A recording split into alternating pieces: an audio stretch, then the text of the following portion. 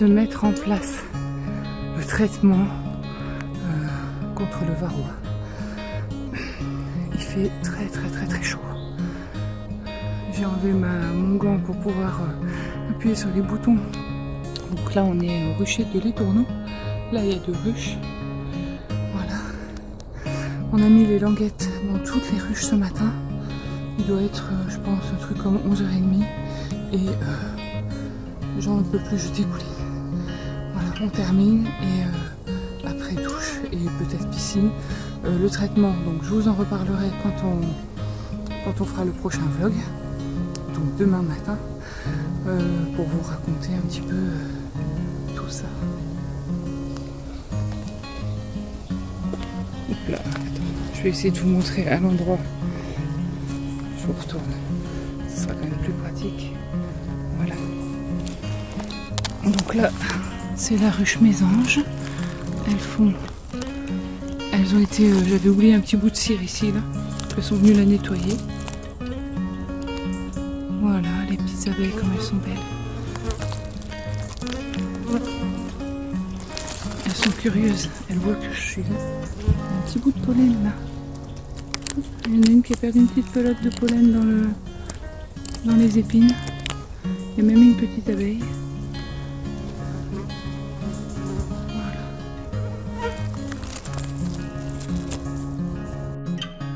Bonjour à tous, bienvenue sur ma chaîne Au fil de la ruche.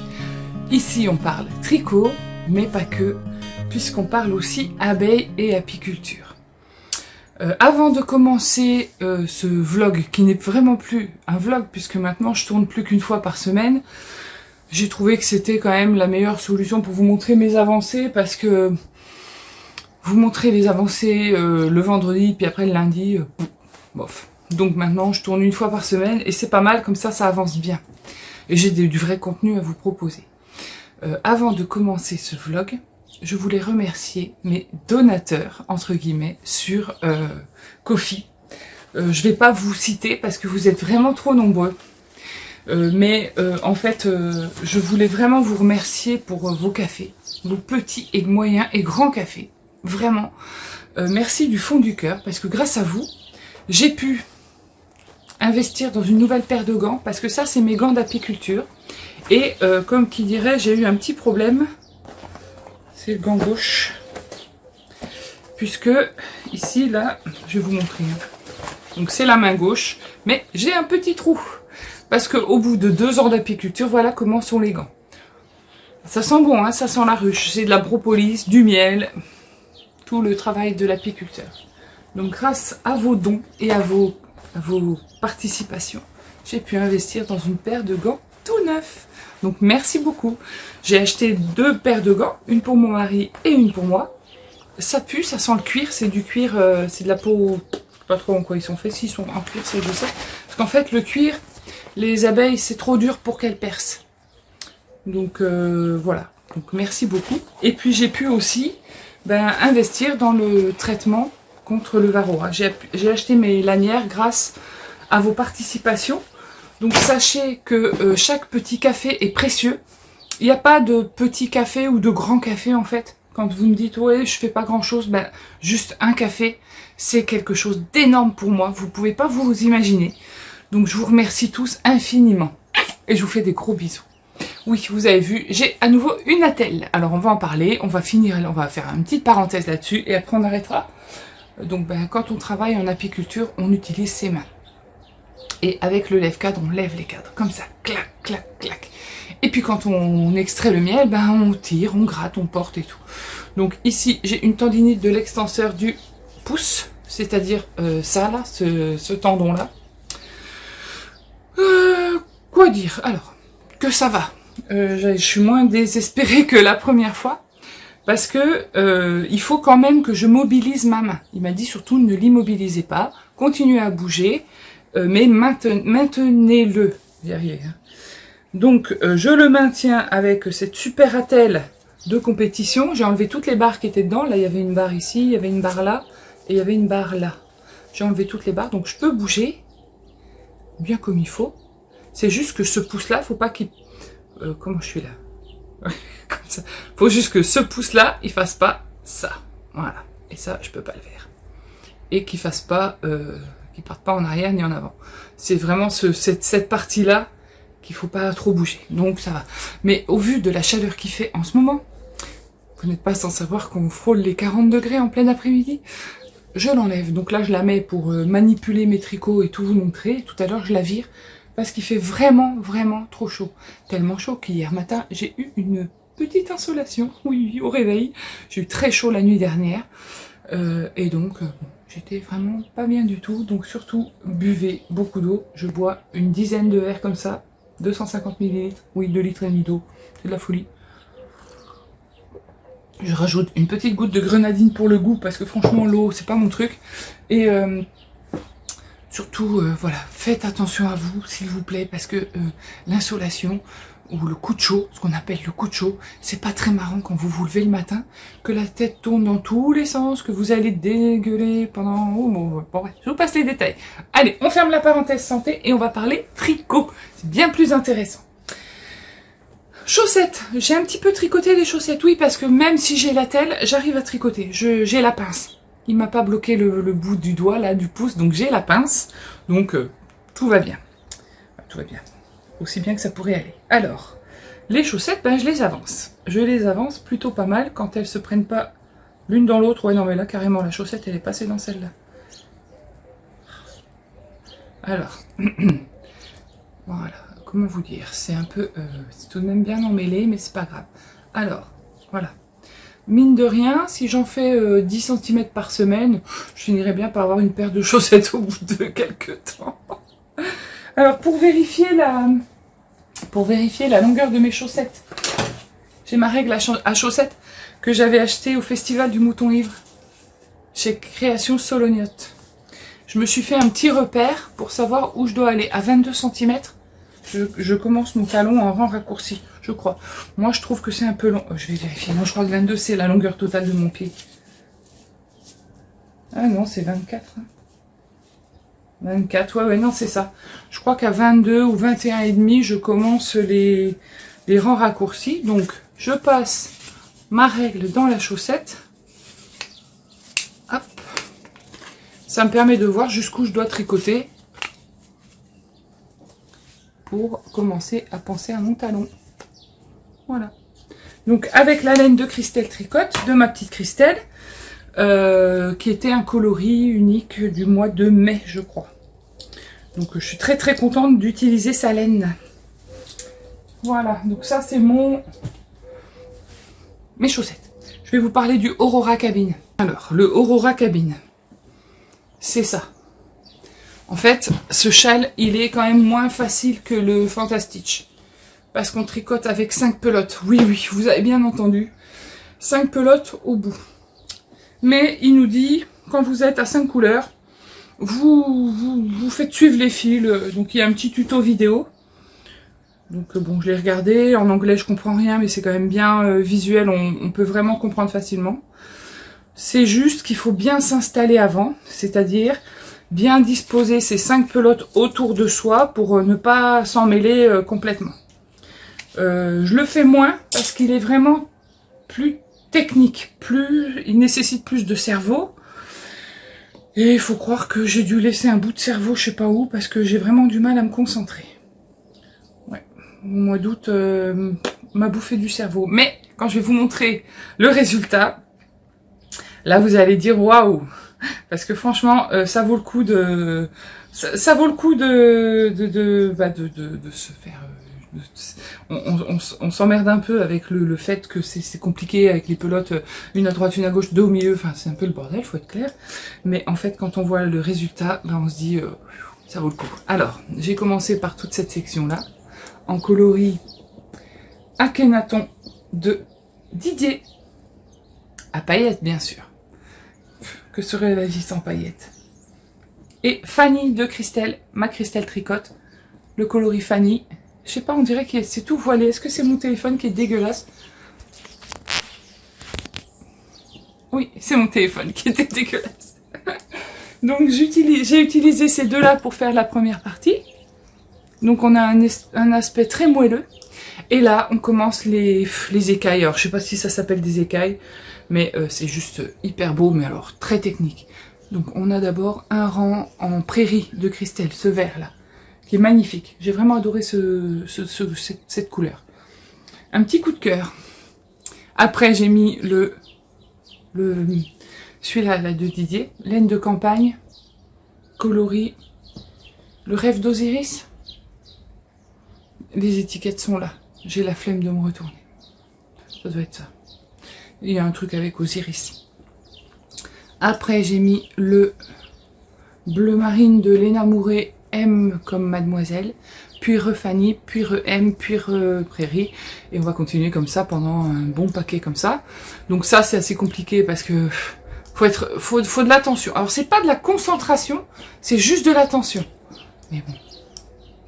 Ouais, à la fin, il va être magnifique parce que c'est un châle qui aura cette forme-là. Donc la bordure, c'est une bordure en I-cord qui est assez élastique quand même, hein, ça va. C'est pas trop raide, bien que faut que j'apprenne à me détendre un peu de l'i-cord, hein, parce que là, je sens que ça tire quand même un peu. Bon, au blocage, je vais bien le tirer. Voilà. Donc il sera 2001. Alors là, mon disque d'Hathor, ouais, il a commencé à être un peu... Waouh, on dirait un pharaon. Je suis une pharaon. Enlève le fil là. Ok. La coiffe d'Hathor. Bon, j'arrête. Bref, donc vous l'aurez compris, ce châle, ça m'éclate, mais tranquillement. Voilà, faut pas que j'en fais pas mon projet, mon encours prioritaire. Parce que pour l'instant, il me demande un peu de tête. Il fait trop chaud pour réfléchir. Il fait trop chaud pour réfléchir. Ouais. Alors ensuite, bah tiens, je vais vous parler d'un truc que j'aime bien faire par contre. Celui que je mets dans ce sac là, le Houlgat de Marguerite. Je vous en ai parlé, c'est un top que je tricote avec les laines de Didier. Pardon, je rebois un coup. Alors, que je tricote avec le Mérylin. 90% Mérino, 10% lin. Coloris l'essence d'Hathor. Un fil que vraiment, je vous le dis que je l'adore ce fil. Oh ouais, je l'adore. J'adore ce fil. Il est, mais d'une... Oh, la pelote est tombée dans la poubelle. Ça va que c'est une corbeille à papier. Alors, oui, on est à l'atelier, il n'y a pas les épluchures de patates. De toute façon, les épluchures de patates, elles partent au compost. Donc, bon, bref. Alors, je le mets sur un cintre, parce que oui, maintenant, je peux le mettre sur un cintre. Je suis en train de tricoter la partie la plus ennuyeuse du tricot, mais quand même la partie la plus belle. Voilà mon... Ah ouais, j'ai bien avancé, dis donc. Je le vois mieux à l'écran qu'en vrai, en fait. Bah, il y a une petite abeille morte par terre dans mon atelier. Ah, elle vient des gants, peut-être. Donc, le top Houlgat que je vais tenir de ce côté. On commence, bon, je vais pas vous parler de la construction en fait parce que je vous en ai parlé la semaine dernière. On commence par la partie dos, demi-devant, on joint. On a la dentelle qui est vraiment, alors là franchement, débutant compatible. Ouais, largement. Les schémas, enfin le graphique, bah il est bien fait. Franchement, au niveau des explications, je suis pas déçue, hein. Ouais. Marguerite, là, franchement, son design, ça a l'air simple, c'est quelque chose de simple, et c'est ça que j'aime. Voilà, c'est simple, efficace, et la laine, bah, elle fait tout. Enfin, elle va très bien avec ce modèle-là. Donc, il est assez inclusif, il y a toutes les tailles, hein. Ça part du plus petit S au grand XL. Donc, je suis très contente, parce que justement, là, j'ai pris une taille plus grande, parce que c'est un top d'été, en laine, ouais. Mais en fait, j'ai pris grand pour qu'il soit bien aérien. C'est le lin qui donne ce drapé là, comme ça. On sent que c'est fluide. Par rapport à du mérino classique, c'est beaucoup plus fluide. Ça donne un petit drapé. Et puis, bah, voilà, les petits speckles violets qui sont dedans. Le petit vert fluo qui apparaît de temps en temps. La dominante un peu jaune, jaune pastel. Je l'adore. Celui-là, j'ai hâte de le finir. Donc, j'en tricote tous les jours. Vous voyez, en une soirée, je fais ça. Tous les soirs, je tricote mon Houlgat. Hier soir, devant l'amour et dans le pré. C'était cool. C'était bien. Et voilà, j'en suis là. Donc j'ai encore du boulot parce que justement, comme j'ai assez de fil, je vais faire long et après je vais essayer de faire des petites manches. Des manchettes avec peut-être un volant. Je vais voir selon la quantité de laine qui me reste. Donc je suis très très très contente de ce modèle. Il est trop beau.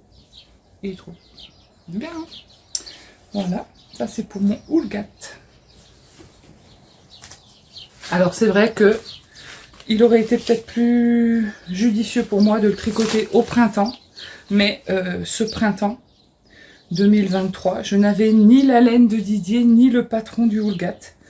Donc voilà, c'est vrai que c'est peut-être un peu tard pour tricoter un top, mais bon, vu le temps qu'on a, nous, ici, il n'est jamais trop tard pour tricoter un top, parce que au pire, si je le porte en septembre, je pourrais mettre un petit châle sur les épaules, c'est très bien. Ou un gilet que je n'ai pas, puisque je suis un peu comme Christelle, démaillez-moi, coucou Christelle. Je n'ai pas de gilet, enfin j'en ai un, mais un vieux, le Kudzu de Marie-Amélie, et il est dans une laine dégueulasse qui tombe et qui n'a plus de forme. Donc il faudrait vraiment que je me fasse un gilet. Ah bah oui, tiens, en parlant de gilet, justement. Ok. J'avais commencé un gilet avec le...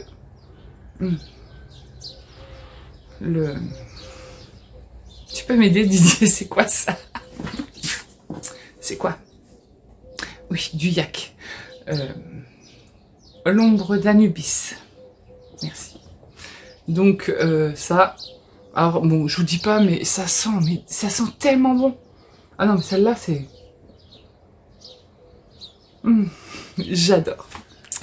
Cette laine, j'ai commencé à tricoter le gilet Java de Julie Knits in Paris. Je vous mets la photo du gilet ici. Mais ça a été un échec. Alors, est-ce que j'avais pas la concentration? Est-ce que les explications étaient un peu confuses? Je vais récidiver. C'est-à-dire que là, je vais terminer mon Houlgat, terminer le truc que j'ai commencé, et après, je vais réessayer, parce que je veux pas capituler si vite, mais j'ai commencé donc la bande d'encolure, donc j'ai fait les côtes comme il faut. Alors déjà, la laine, elle est vachement agréable à tricoter. J'avais jamais tricoté du yak, c'est tout doux, c'est un peu sec aussi, mais je sais pas, il y a un truc. Et après, il a fallu mettre les marqueurs pour faire les séparations, là, les raglans, et là, placer la dentelle. Et là, j'ai rien compris. La dentelle, elle est sur 7 mailles, je crois. Puis il y a plus de mailles dans un espace épaule, donc on n'a pas assez de place pour mettre 2 trucs de dentelle. Je comprends pas bien. Je sais pas. Donc je vais réessayer. Alors moi je suis pas du genre à m'acharner. Hein. Si j'y arrive pas, je m'en fous, j'arrête. Ça me saoule donc j'arrête. Alors maintenant, je vais vous parler de celui que j'ai commencé bien avancé. Que vous connaissez pas encore. C'est le pull Lorette. J'avais dit que fin août je commencerai le pull Lorette. On est fin août et j'ai commencé le pull Lorette. Le pull Lorette, je le tricote avec la laine de ma petite Christelle. Christelle tricote la mer quand il fait pas beau. Et cette laine, je vous l'ai déjà dit, c'était mon coup de cœur de chez Christelle du début, de quand elle a commencé son activité de teinturière. C'est un bleu, mais c'est pas n'importe quel bleu, vous le voyez pas comme il faut en fait. C'est un peu grisé, c'est un bleu, la mer quand il fait pas beau, le ciel est un peu grisé, je sais pas, j'adore ce bleu. D'ailleurs, je l'avais utilisé dans mon châle, que j'ai pas ici, mon Tessélis. J'ai toujours aimé son bleu. Et j'ai tricoté aussi avec le M comme Mademoiselle de Léna Mouret, que j'avais acheté en destache à Stéphanie. Et donc, j'ai commencé mon pull Lorette. Alors, bien commencé du coup, parce que c'est vrai que Houlgat, c'est bien, mais c'est du tout droit. Et j'avais besoin d'un peu de cerveau, mais pas trop. Alors, Stephen West, c'était un peu trop de cerveau à emmener au salon pour tricoter le soir devant la télé, trop de concentration, puis trop de bordel. Faut que je m'installe à l'atelier pour tricoter ce châle. Donc, je me suis dit, bon, bah écoute, vas-y, commence ton Lorette, et puis tu verras bien. Donc, j'ai commencé mon pull Lorette. On commence par la bande d'encolure. C'est un pull qui se tricote du haut vers le bas. Les rangs raccourcis sont dans la bande de côte. Elle est plus large à l'avant qu'à l'arrière. À l'arrière qu'à l'avant. C'est ça. Et voilà où j'en suis. J'ai fait donc l'empiècement, le yoke, et j'ai commencé la première petite rayure. Alors on voit pas grand chose, c'est un peu compliqué à montrer. Le mieux, je pense que c'est de l'essayer. Voilà, donc mon pull Lorette. Pour l'instant il me tient pas trop chaud, ça va. Hop, alors ça c'est le raglan arrière. Arrière épaule droite. Voilà. Donc il va aller comme ça à peu près. Oh, c'est trop beau. Oh, j'adore. J'adore. Ah, moi, non, mais c'est super beau. Je vais essayer de descendre ça sans le casser. Ouais, c'est trop beau. Oh, magnifique. Magnifique. Trop beau. Donc, c'est trop bien. En fait, j'avais, dès le début, j'avais attendu sa sortie de ce pull. J'avais dit, bon, elle avait commencé à en parler un peu, Nadia, NCL Knit, de son pull Lorette. Oh, quand j'avais vu marinière, moi je suis une folle des marinières, j'avais vu dentelle plus marinière, j'avais dit non mais celui-là il me le faut. Mais alors, je suis pas déçue. Donc la dentelle, il y a 24 ans de dentelle, ça va, pas de difficulté particulière, faut juste faire attention au diagramme, c'est un peu chiant.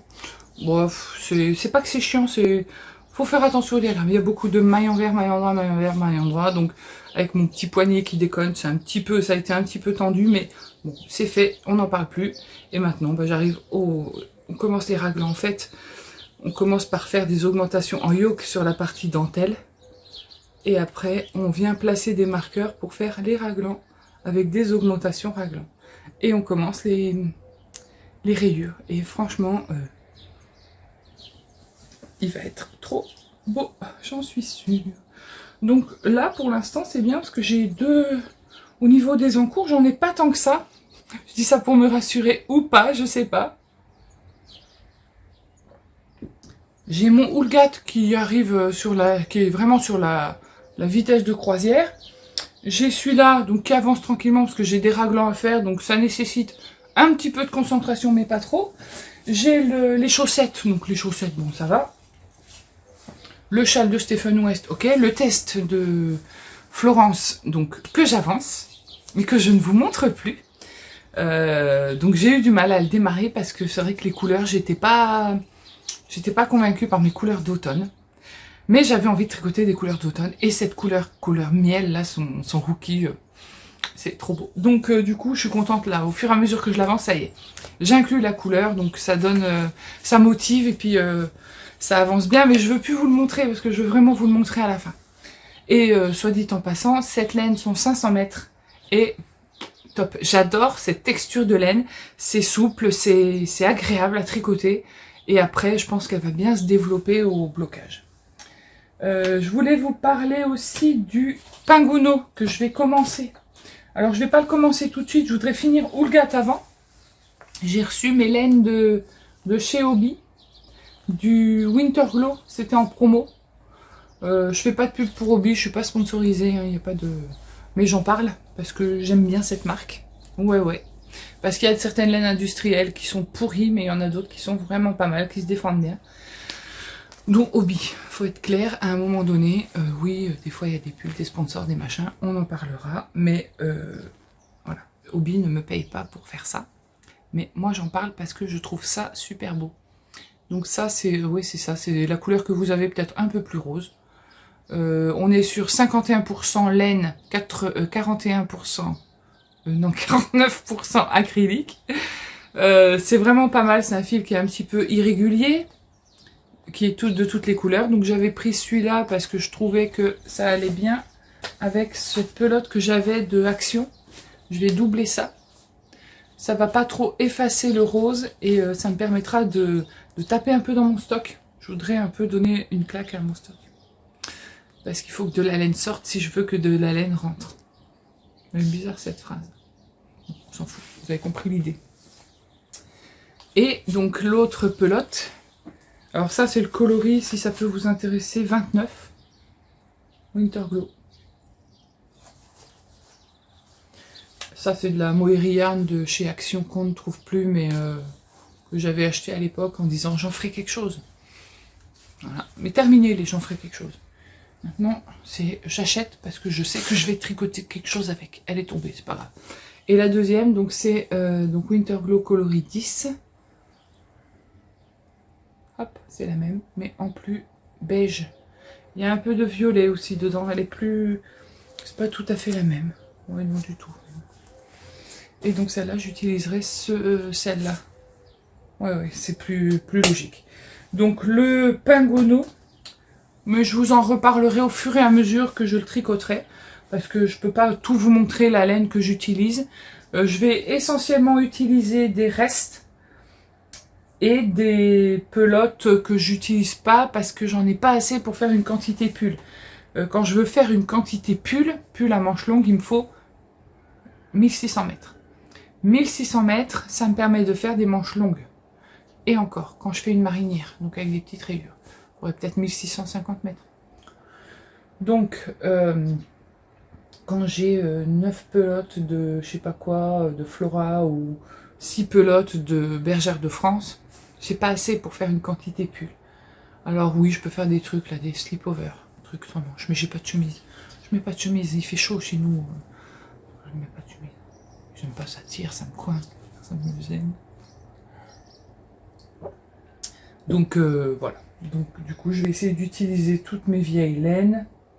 Parce que le Pingono, si j'arrive à le faire assez vite, j'en ferai peut-être un deuxième. Parce qu'on a toujours besoin d'un Pingono. Et oui, j'ai gardé l'autre Pingono pour Cookie. Donc, qui n'est pas couché dessus là, parce qu'elle a vraiment trop chaud.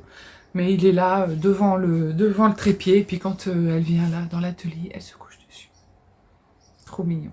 Et en fait, je crois que c'est en 2018 que j'ai tricoté. Et donc, ça fait 2018, ouais, 6 ans au lieu de 8 ans. Il a quand même bien tenu le coup. Voilà pour mes encours. 25 minutes, c'est raisonnable. Je vais vous parler... De quoi je vais vous parler? Ah oui, je vais vous parler des questions... Je vais vous parler des questions abeilles un petit peu. J'en ai pas eu beaucoup. Alors si, il y a d'autres choses dont je voudrais vous parler, mais en fait, je veux pas faire de l'étalage. Je reçois quelques colis de temps en temps. D'ailleurs, je tenais à vous remercier, Ursula, merci beaucoup. Elle m'a envoyé de la laine, qu'elle a teint elle-même, avec du lierre pour la pelote, l'écheveau jaune, et des baies de sureau avec l'écheveau bleu. Donc merci beaucoup, parce que cet essai de teinture est très concluant d'ailleurs. Et ce jaune poussin va aller pour faire d'autres petits piou-piou. Voilà. Il y aura un petit troupeau de piou-piou avec Et le bleu servira aussi pour les vêtements de mes doudous. Donc je te remercie beaucoup pour cette laine et pour le reste. J'ai choisi délibérément de ne pas vous montrer toutes les ouvertures de colis. Parce que je trouve ça un peu... je montre quand... Enfin, c'est pas que... J'aime tous les contenus que vous m'envoyez, tout ce que vous m'offrez, ça me fait vraiment plaisir. Mais je ne suis pas là pour vous montrer le déballage des choses que je reçois. Je vous en montre de temps en temps.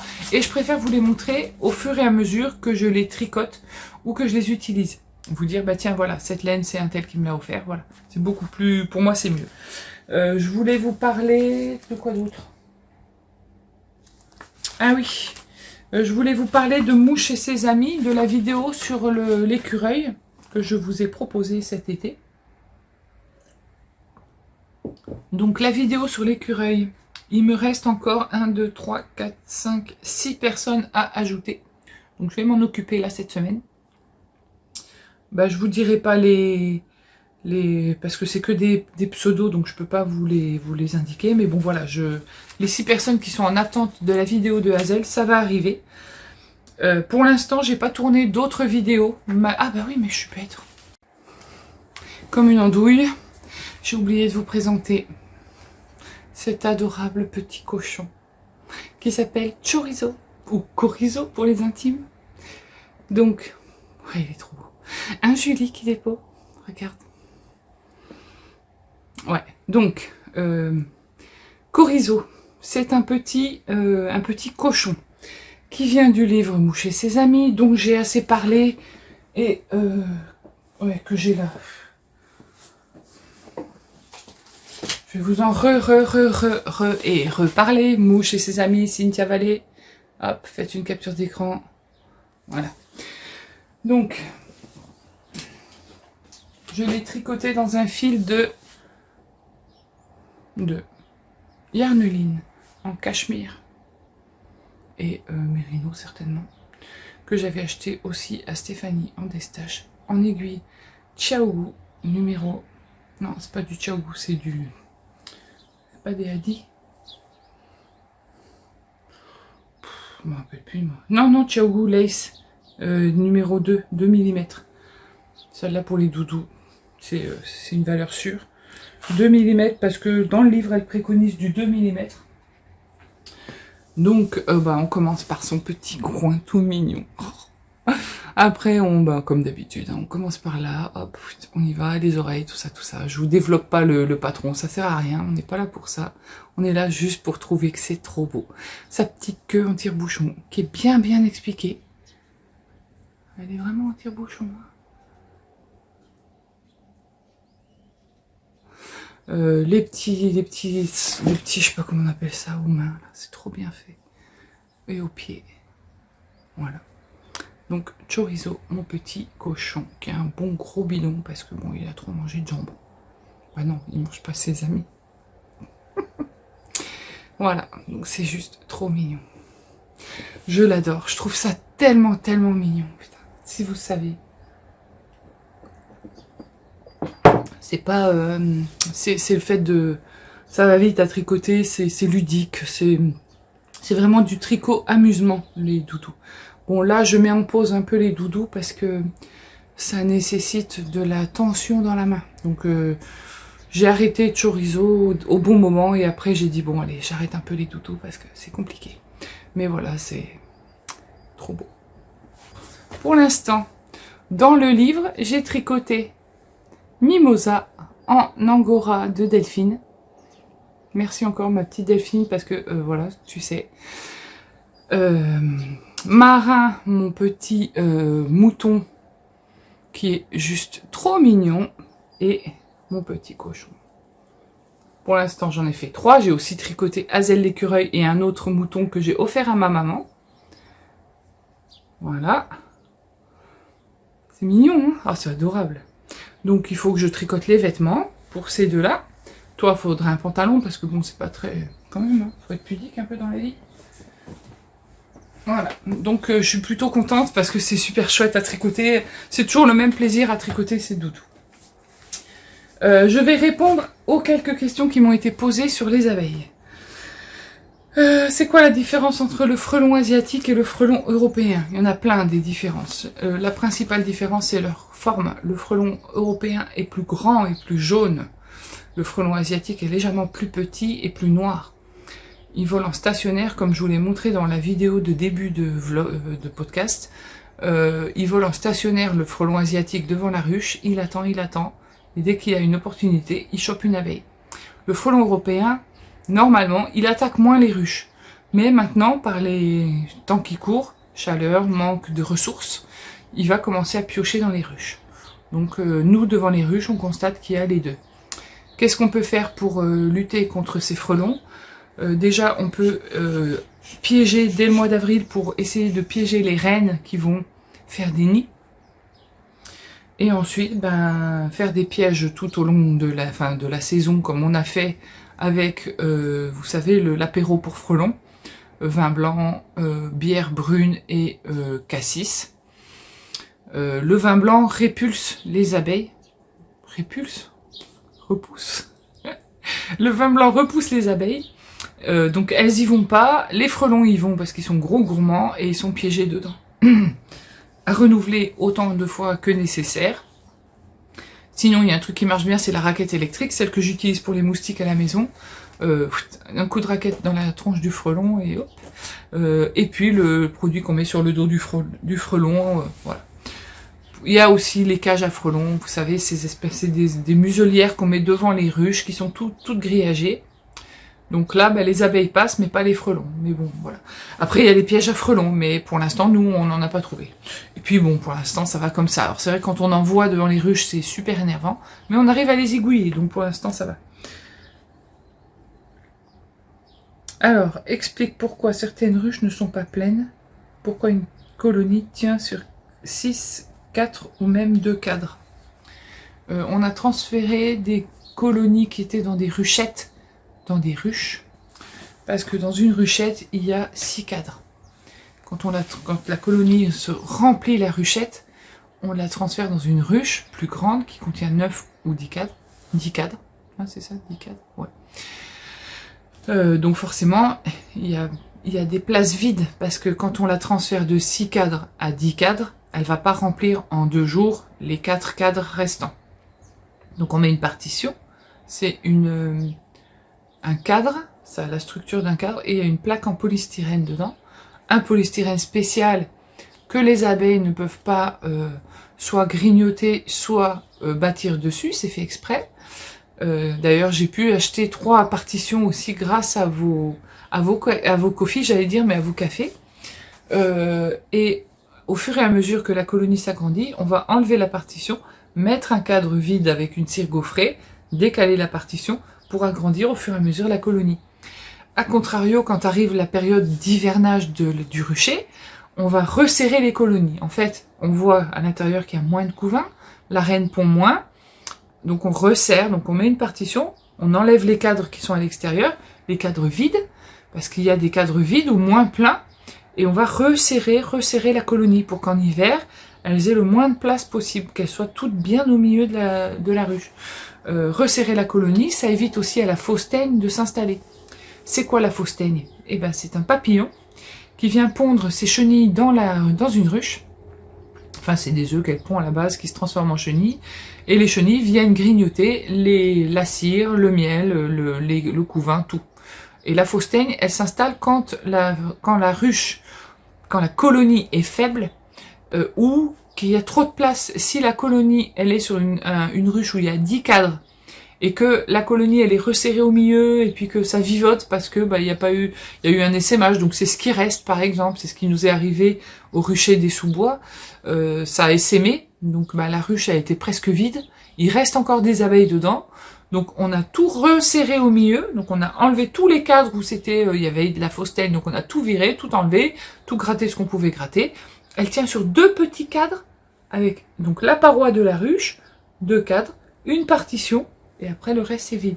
Comme ça la fausse teigne ne s'installe pas. La petite colonie, aussi petite soit-elle, elle va continuer à survivre tout l'hiver, donc on va la nourrir avec du sirop. Pourquoi? Parce qu'elle n'a pas eu de réserve de miel cette année, vu qu'elle a essaimé, donc elles sont parties les abeilles, donc il n'y a plus de miel.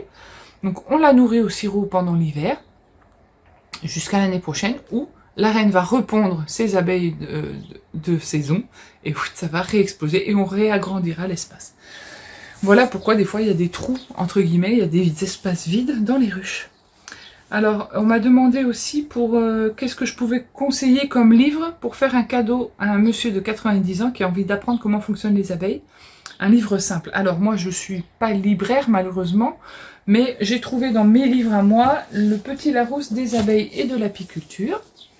Alors là encore, je suis pas sponsorisée, j'ai acheté le livre avec mes petits sous. Et c'est un chouette bouquin parce que donc déjà il y a beaucoup d'images. Ça parle vraiment de tout, les abeilles du monde.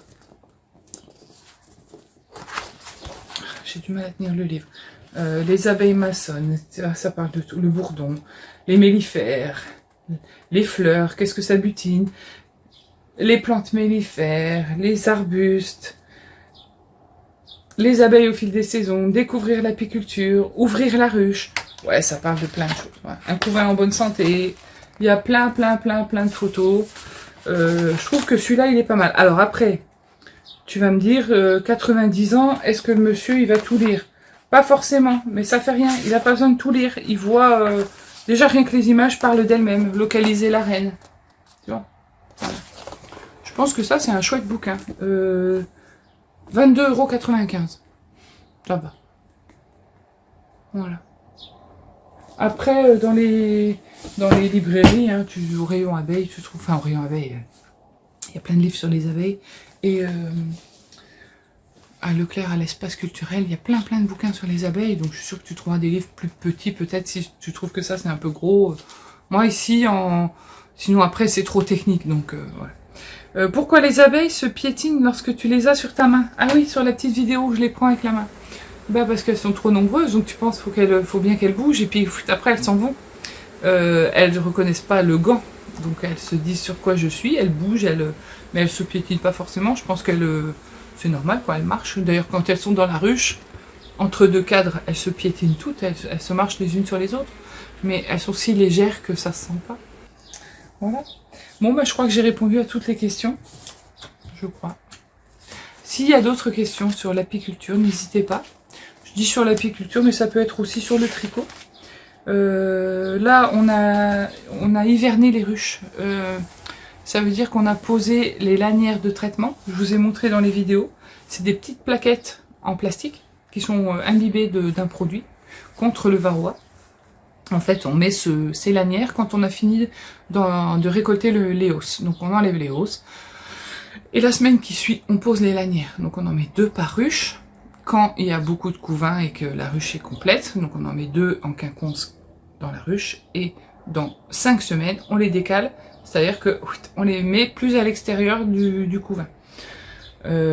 Hivernage dès le 15 août, autour du 15 août, 20 août, puisque là maintenant, elles font leur réserve pour elles. Donc elles vont aller butiner le lierre qui va fleurir début septembre. Si on a un beau si on a une belle arrière-saison, un bel automne, elles vont continuer à butiner toutes les petites fleurs des champs qu'elles vont trouver, et elles vont mieler pour elles. Sachant que pour l'instant, elles ont quand même des cadres pleins sur les extrémités de la ruche. Quand elles font leur réserve, quand on met une hausse, c'est qu'elles ont déjà rempli le corps de ruche. Après, elles montent au grenier. C'est là qu'elles mettent le miel dans les hausses. Ce qu'on peut récolter. On récolte jamais du miel qui est dans une ruche. Ni on le consomme puisqu'on met des lanières de produits.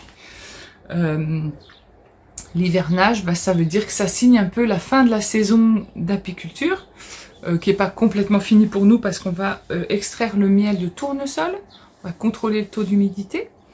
On a mis en pot le miel d'été, le miel de châtaignier.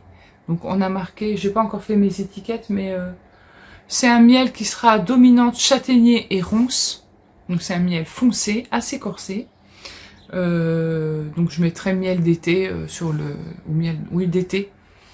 Ce miel, donc on a mis en pot 7 boîtes de 12 pots de 250 grammes, soit 84 pots de 250 grammes. Oui, c'est pas énorme, mais bon, c'est voilà, il n'y a pas eu non plus, des mielés de ouf, hein, c'est comme ça. Il y aura le miel de tournesol, mais celui-là, je le garde pour la fin d'année, parce que je vous proposerai des petits kits à offrir à Noël avec une bougie et un pot de miel de tournesol. Selon la quantité qu'il y aura là encore une quantité limitée pour cette année. Plus on va avancer dans le temps, plus il y aura de miel, puisque l'année prochaine, elles vont essaimer forcément, mais on va essayer de limiter les essaimages pour renforcer les mielés. Ce sera un choix qu'on fera. On fera des divisions plus que laisser les essaimages. Donc voilà, c'est pour vous dire que je vous tiens au courant pour le miel, il n'y a pas de problème. Je sais que vous êtes bien au taquet, mais je sais pas encore trop comment m'organiser pour le vendre, ce miel. J'aurais bien envie de vous dire, je vais faire une vente chez moi et ça serait beaucoup plus facile, mais bon. Parce qu'il y a les emballages qui me posent un problème. Un petit pot de 250 grammes, c'est super galère à emballer en fait. Donc voilà, faut que je réfléchisse à la meilleure solution, la moins coûteuse pour moi et pour vous. Parce que je serai obligée de répercuter le prix de cet emballage. Alors je mettrai peut-être, il y aura pas grand chose, mais voilà, je suis obligée de le répercuter parce que on est vraiment dans là pour le coup, on est vraiment dans l'artisanat. C'est tout est fait avec nos petites mains et les petites abeilles et nos petites mains. Donc voilà, je vais essayer de m'organiser au mieux pour vous proposer le miel et essayer que ce soit pas la bagarre pour les pots parce que ça c'est pas vraiment ce que je souhaite. Voilà, bon, si vous avez des questions, n'hésitez pas à me les poser sous cette vidéo. Merci pour tous les commentaires que vous laissez sous les vidéos. Je les lis. Quand je mets un cœur, c'est que j'ai apprécié votre commentaire. Je peux pas, je vous l'ai déjà dit, mais je peux pas vous dire merci beaucoup à chaque fois parce que je vais dire merci 50 000 fois, c'est juste pas possible. Je peux pas, pour moi, le temps est précieux. Sur ce, je vais vous laisser parce que je commence à avoir sacrément chaud. Il faut que je boive. J'ai un peu la tête qui tourne, des petits vertiges encore. Donc il faut vraiment que je me repose et que je boive. Je vous fais à tous des gros bisous. Gros bisous maman. Gros bisous Marie. Et je vous dis à la semaine prochaine. Alors, il y aura peut-être un petit peu moins d'apiculture la semaine prochaine, bien que on aura peut-être l'extraction du miel de tournesol. Oui, oui, je dirais à mon mari de remettre son petit tablier, il n'y a pas de problème. Je sais que ça vous a plu. D'ailleurs, c'est vrai que c'était très drôle. Donc il y aura peut-être ça, mais au fur et à mesure, maintenant, quand on va avancer dans le temps, il y aura moins d'activités abeilles, puisque l'activité s'arrête pour cette saison. Je vous emmènerai quand on changera les lanières de traitement dans les ruches. Mais bon, voilà, ça va se restreindre. J'essaierai de parler un peu plus de tricot. Les vlogs dureront peut-être un peu moins longtemps. D'ailleurs, j'arrêterai d'appeler ça des vlogs parce que, oui, je sais, un vlog, c'est quand on se filme tous les jours. Là, c'est pas le cas. C'est plus un petit podcast ou un journal créatif. Il faudra que je trouve une idée de titre pour ça. Et voilà, je voulais juste vous dire ça. J'essaierai de vous trouver des trucs à raconter. On verra ça. Pour l'instant, on a le temps. On verra ça un peu plus tard. Je vous fais des gros bisous et je vous dis à bientôt.